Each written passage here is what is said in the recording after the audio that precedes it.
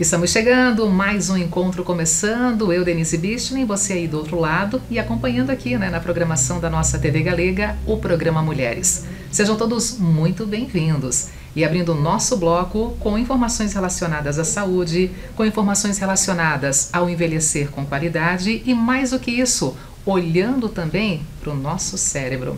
E a minha convidada, a doutora Daniele de Lara, que é médica neurocirurgiã. Doutora Daniele, seja muito bem-vinda. Mais uma vez conosco, é sempre bom te receber. Obrigada, é uma satisfação estar aqui. Pois é.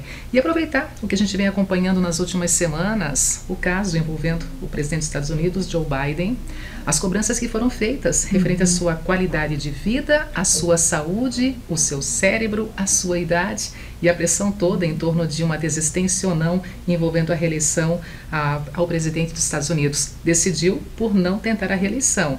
Parece que agora as cobranças diminuíram um pouquinho, mas muito ficou latente, muito ficou evidente realmente na questão idade do presidente e alguns sinais que traziam comprometimento, inclusive algumas falhas nessa relação idade-cérebro. Tem muita coisa a ver, acompanhou também de perto que análise faria sobre as cobranças e as preocupações que o mundo teve com o caso John Biden. Isso repercutiu bastante, né, especialmente nos últimos dias, especialmente por algumas situações de falhas na fala, no discurso, palavras um pouco desconexas, se especulou bastante a respeito disso, né, é difícil a gente fazer um diagnóstico é uma coisa extremamente complexa, especialmente em neurologia, e o exame físico fez parte, o aprofundar dessas queixas, mas foi uma coisa que trouxe mesmo, assim, na atualidade, a discussão sobre o envelhecimento físico, né, e o envelhecimento mental, incluindo o envelhecimento cognitivo, das funções cerebrais. Isso é uma coisa muito importante a gente sempre conversar a respeito, porque se tudo der certo, todos vamos passar por isso, né? E conversar a respeito, saber que existe, como nós podemos fazer para evitar essas situações é sempre muito importante. E está lado a lado, no caso, caminhando juntos, o envelhecimento físico com o envelhecimento mental, ou nem sempre é assim? Nem sempre. Eu tenho pacientes que jogam tênis, são assim atletas, mas com declínio cognitivo bem importante, né? E quando a gente fala declínio cognitivo, a gente quer dizer a queda do desempenho nas funções do dia a dia. A capacidade de lembrar de nomes, de fatos, né? De você cozinhar, lembrar de desligar o gás, o fogo, ao final dessa cocção, cuidar da sua casa, lembrar de levar as chaves, não perder os documentos, né? Então pessoas com desempenho físico muito bom, porém o mental nem tanto, e às vezes o oposto, né? Pessoas que estão, do ponto de vista físico, não tão bem, mas que têm uma memória maravilhosa. Então, nem sempre uma coisa anda junto com a outra, mas é claro que se houver um cuidado com o seu corpo, o cérebro está ali dentro e também vai responder a esse cuidado. E isso não é de uma hora para outra que a gente se preocupa, a gente deveria ter esse cuidado, essa observação, ou de repente seguir recomendações médicas já desde cedo, cuidar da nossa saúde, não só quando chegamos na chamada melhor idade, mas antes ainda, nessa fase adulta, também buscando uma melhor qualidade de vida, né? Sim, o que eu percebo é que existe até a preocupação. Então, no consultório não é raro, pessoas jovens, 20 e poucos, 30 anos, procurarem porque a memória não está legal, porque vão estudar para um concurso, por exemplo, e percebem que o desempenho desse estudo também não é tão eficaz, né? A preocupação existe. O que chama minha atenção é que muitas vezes não há a disponibilidade para buscar a resolução desse problema, né? Então as pessoas às vezes têm expectativas irreais que vão tomar uma vitamina da farmácia e a memória vai ficar maravilhosa, né? Hoje em dia, infelizmente, a gente vê assim, uma epidemia de pessoas tomando remédios controlados que são desenvolvidos para pessoas que têm déficit de atenção e usando essas medicações para estudar, para concursos, né? Para melhorar desempenho. Então, às vezes, há preocupação, mas não há busca, como você falou, por essas orientações que nós, profissionais da saúde, não apenas os médicos, sempre damos, uma prática de atividade física, evitar alguns hábitos que não são legais, né? Mas aí eu estou preocupado, mas não é suficiente para tomar essa iniciativa. Falar assim, epidemia, eu lembrei da pandemia, momento Covid, e ali também ficou muito evidente as pessoas que tiveram Covid e depois começaram a falar que estavam tendo lapsos de memória, algumas lembranças não tão claras assim, esquecimentos muito frequentes. Foi fato realmente essa relação da pandemia, da Covid também afetando, também prejudicando o nosso cérebro? Sim, né, nós vimos, isso está comprovado. Mais recentemente vimos também com a dengue, né, estamos ainda com pacientes relatando que tiveram casos graves de dengue, percebem uma piora desse desempenho cognitivo, ou seja, da memória, da capacidade de gravar fatos, né. A Covid me parece assim, bem fácil de entender, no sentido que o primeiro sintoma lá da primeira variante que teve, da original, né, não era variante, era o que? Era a perda do olfato. Né? O olfato é organizado por um nervo que está no cérebro. Né? Então, o vírus entrava pelo nariz, através do nariz migrava por esse nervo do olfato e ali, obviamente, ele tinha um acesso livre ao nosso cérebro. E a partir daí, várias manifestações. E agora na dengue e diversas outras doenças. Né? E isso acaba por afetar também pessoas mais jovens com essas dificuldades. E, de repente, a saúde já não estava tão legal, né? O desempenho já não era aquela coisa boa, e aí vem uma doença dessa em cima para piorar o que já não estava bom. Então, também temos que lembrar dessas doenças nesses aspectos de perda de memória. Doutora Daniele, e a tal obesidade mental? Também ouvimos muito esse tipo de descrição, por exemplo, nesse bombardeio de momento que a gente vive em termos de informações, chegando tudo e mais um pouco, em questão de segundos o mundo chega à nossa frente e é muita informação, mas também muita coisa rasa, nada profunda. Mas estamos vivendo sim essa sobrecarga de informações, de acontecimentos na palma da nossa mão. Sim. Essa obesidade mental, ela também traz prejuízo para o nosso presente e para o nosso futuro, nessa relação olhando também para a parte cognitiva, para o nosso cérebro especialmente? Eu vou te dar agora uma opinião, né? Eu penso que a tecnologia ela evolui de uma forma impressionante. Né? Se a gente mostrar para minha avó o meu celular, o que o celular é capaz de fazer, ela tem uma extrema dificuldade de conseguir entender tudo aquilo. Uma parte ela entende, porque foi muito absurda a mudança. A minha filha consegue fazer coisas com o celular que às vezes eu não sabia que tem. A gente assim fica olhando ali pensando como, né? Exato, né? Então, e o nosso cérebro, ele não evoluiu na mesma velocidade. Então, às vezes, parece não haver essa compreensão. Por quê? Porque eu tô ali, vou dar exemplo do meu trabalho. Eu tô ali no consultório atendendo uma pessoa, meu computador está aberto, daqui a pouco vem uma mensagem que eu recebi um e-mail do hospital, meu celular liga que o SAMU está querendo trazer um paciente.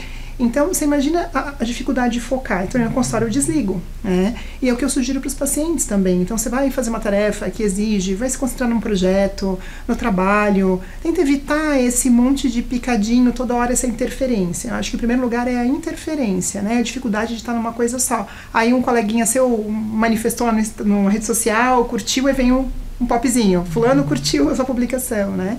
Então, esse bombardeio de informações nesse sentido. Em segundo, como você falou, a qualidade dessa informação, né? Essa é uma pesquisa recente que o Brasil ficou muito mal classificado na capacidade das pessoas de reconhecerem uma notícia verdadeira de uma falsa, né?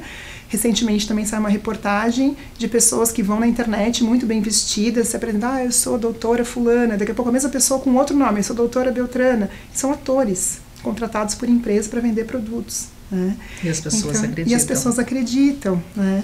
Então, a qualidade ruim da informação também interfere demais, porque aí às vezes você tem falando sobre saúde, você tem um diagnóstico que poderia ser facilmente ou de alguma forma tratado, mas as pessoas já chegam com uma série de informações que não são reais, que não são verdadeiras, porque a busca pela informação não foi por um profissional sério, né? Foi essa coisa da internet. Então isso também traz uma estafa mental no sentido de como você fala, um bombardeio mesmo. Acho que essa é a melhor expressão de informação e de notícia, e que as pessoas não sabem muito bem como se posicionar nisso tudo, né? E o que é verdade, o que é fato também é entender que o sono, a qualidade do sono também traz qualidade para a nossa saúde. Algumas pessoas lutam contra ele porque também não conseguem se desconectar. É mais um momento dessa relação, um momento tecnológico, levando também para a deficiência da qualidade do próprio sono, que reflete na nossa saúde, reflete também no nosso cérebro. Exato. Então o sono é o momento do lixo, eu brinco. É o momento que o cérebro tem... Agora eu vou organizar o que eu preciso deixar guardadinho aqui, o que eu posso mandar embora, informações que eu não preciso armazenar, né? Momento de liberação de uma série de hormônios que vão organizar o nosso corpo, não só o nosso cérebro, né? São liberados durante o sono. E aí agora nós temos isso, né? Que é o celular, a luz, né? A informação.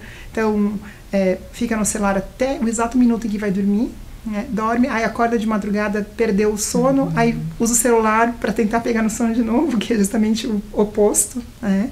E aí o sono não é legal. E quando o sono não é legal, as funções cerebrais também não ficam boas. Então, como é que eu vou ter uma memória legal se o momento em que meu cérebro teria para se organizar, para liberar hormônios saudáveis, para organizar essas informações, eu não estou dando para o meu corpo? Né? Então, quando a gente vai conversar com uma pessoa de 30, 40 anos que procura o consultório por queixa de memória, é a primeira pergunta.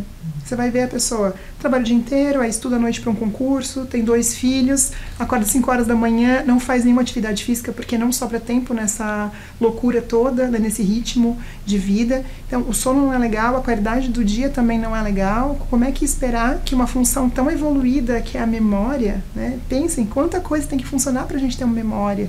Minha audição tem que estar legal, a minha visão tem que estar legal, né? Meu processamento cerebral tem que estar numa velocidade boa. Como é que eu vou esperar ter essa memória, que é uma coisa tão difícil, se a base ali não está funcionando direitinho?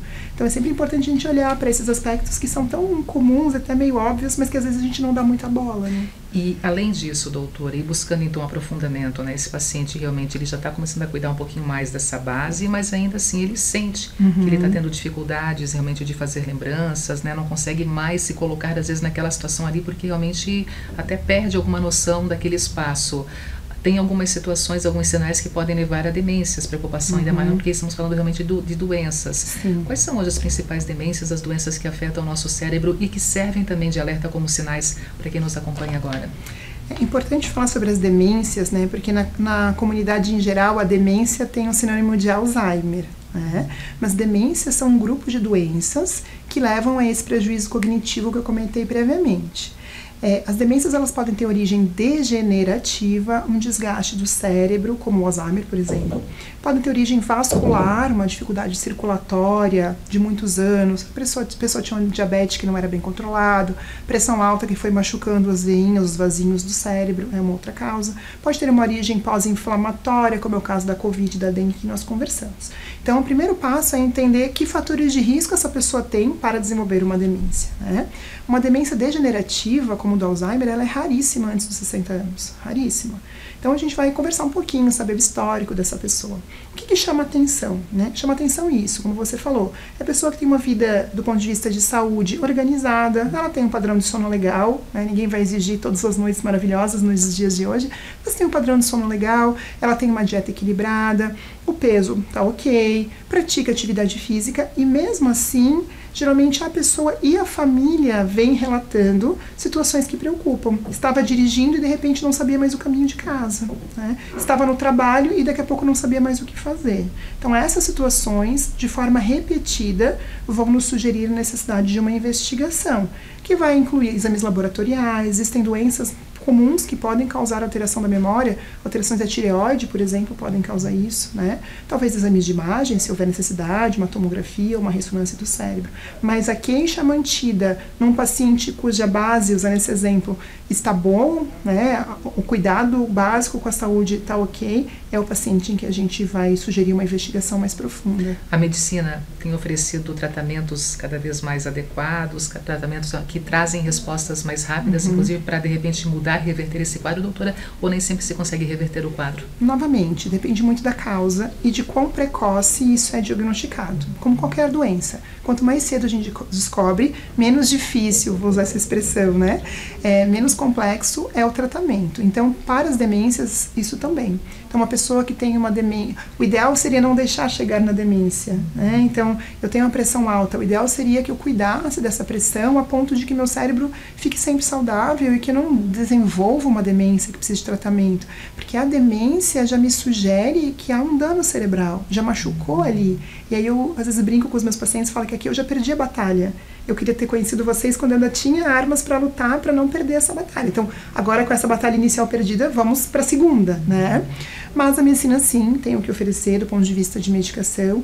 Para o Alzheimer, que é a mais comum de todas, né? A gente geralmente no Brasil ainda diagnostica de um ponto de vista tardio e isso, claro, interfere com a perspectiva de tratamento, mas a cada dia existem novidades, novos exames para diagnóstico, inclusive exames de sangue, né, atualmente, que nos facilitam essa descoberta e, como consequência, também o tratamento. Lembrando que, desculpa te interromper, lembrando que não é só medicamentoso, né? O tratamento ele engloba terapia ocupacional, psicólogo, fisioterapeuta e assim por diante. Quando a gente fala sobre sobre ginástica cerebral. Também é um conceito que cada vez mais Sim. vem entrando nas rodas de conversa, despertando curiosidade, buscando novos adeptos também. O que é essa ginástica cerebral? O que a gente pode fazer hoje para se preocupar também com o nosso futuro? Denise, eu vou começar dizendo que ginástica cerebral não é fazer palavra cruzada, que o povo adora fazer uma palavra cruzada e achar que está arrasando. Ginástica cerebral, né, é um termo mais simples para dizer o exercício da mente. Né? Então, ontem mesmo atendi uma paciente no meu consultório, maravilhosa, minha paciente há bastante tempo, e falei, o que você está fazendo? Ah, eu faço isso. E para o seu cérebro? Aí ela ficou me olhando. Eu penso. Mas pensa agora, se você não fizer nada, daqui a pouco até para pensar vai ficar difícil, né? Então a ginástica cerebral inclui uma série de atividades com o objetivo de manter o músculo do cérebro ativo. Assim como a gente faz musculação para o nosso corpo, manter o cérebro ativo. O cérebro é comparado a uma máquina. E com o passar dos anos, essa máquina vai ficando gasta. O corpo todo fica, porque o cérebro não ficaria, né? Eu gosto de comparar um computador a um celular. Quando você compra um celular ou um computador, ele está novinho, está vazio, não tem nada lá dentro, ele é o último modelo. Então ele é rápido e ele está com pouco uma memória armazenada, ele vai voando. Conforme o tempo vai passando, você vai colocando informação, tira foto, baixa vídeo, o celular vai ficando um pouco desatualizado, então ele fica mais lento, porque além de ter muita informação ali, já não é mais o último modelo. E o nosso cérebro é a mesma coisa. A ginástica cerebral ela vai variar de acordo com o objetivo. Eu sou uma pessoa jovem, eu quero me manter ativa. A gente vai propor alguns tipos de atividades. Atividades legais que não exigem, né? Aprender coisas novas, tocar um instrumento, se aprender a tocar um instrumento seria o auge, mas não precisa ir tão longe, né? Aprender um idioma, são sugestões que a gente dá no dia a dia. Quando já há uma demência, um declínio cognitivo, aí nós vamos contar com o auxílio desses outros profissionais que eu comentei, especialmente o terapeuta ocupacional e o psicólogo, né? No sentido de atividades dirigidas para a dificuldade cognitiva que aquela pessoa tem. Né? Por isso esse tratamento multidisciplinar também é tão importante. Então não basta apenas falar que faz palavrinhas cruzadas, responde ali, está pensando bastante, isso ali é muito pouco. É o que eu sempre falo, o cérebro ele precisa de desafio. Tinha um professor que falava, tá com algum problema hoje? Eu dizia, tô, ele, ótimo pro seu cérebro. E é verdade. O cérebro é uma máquina feita para resolver desafios. Quando a gente faz palavra cruzada, a gente já sabe aquele mecanismo. Não sabe o significado de uma coisa e outra. Você vai ganhar, talvez, em vocabulário, mas não conta com uma ginástica cerebral eficaz. Infelizmente, não. Em casa, para quem nos acompanha agora nesse momento e queria fazer alguma coisa diferente para justamente lançar esse desafio para o próprio cérebro, qual seria uma orientação, uma dica? Legal. Todo mundo adora ficar no celular, né? Então entra no seu celular, entra no seu computador, procura alguma coisa que você quer aprender. Ah, eu tenho uma hortinha lá na minha casa e eu quero cultivar uma coisa que eu nunca cultivei. Então vá atrás, vá ler qual é o melhor momento para plantar, qual é o melhor tipo de solo, que horas que vai regar. Aí já tem um aprendizado, já tem um trabalho cerebral. Quanto mais funções do seu corpo você usar, melhor será essa ginástica. Por isso que nós falamos de aprender a tocar um instrumento. Ao tocar instrumento você usa a visão para ler a partitura, o ouvido para escutar, o corpo para o ritmo, a memória para saber ler a partitura e as mãos para tocar, né? Às vezes até os pés. Então não precisa de novo ser isso, mas quanto mais parte do seu corpo você usar, melhor. Tá? Ah, então eu quero exercitar minha memória. Veja, eu gosto de assistir um seriado. Assista esse seriado, acabou aquele capítulo, pega um pedaço de papel e escreva. Hoje o personagem tal fez tal coisa, encontrou com a fulana. Quanto mais detalhes você colocar nessa descrição, melhor para o seu cérebro. E assim a gente tem diversas dicas. Não demanda muita dinheiro, demanda boa vontade. E dali para frente uma disciplina, buscar isso como realmente também fazer parte daquela nova rotina. Isso, é uma atividade de cuidado, como é escovar os dentes. É uma atividade de cuidado. Gostei.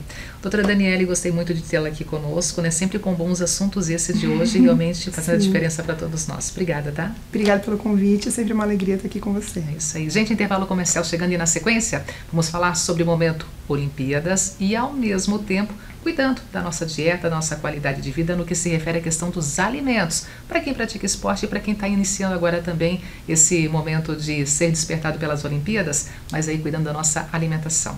É rapidinho, eu volto já.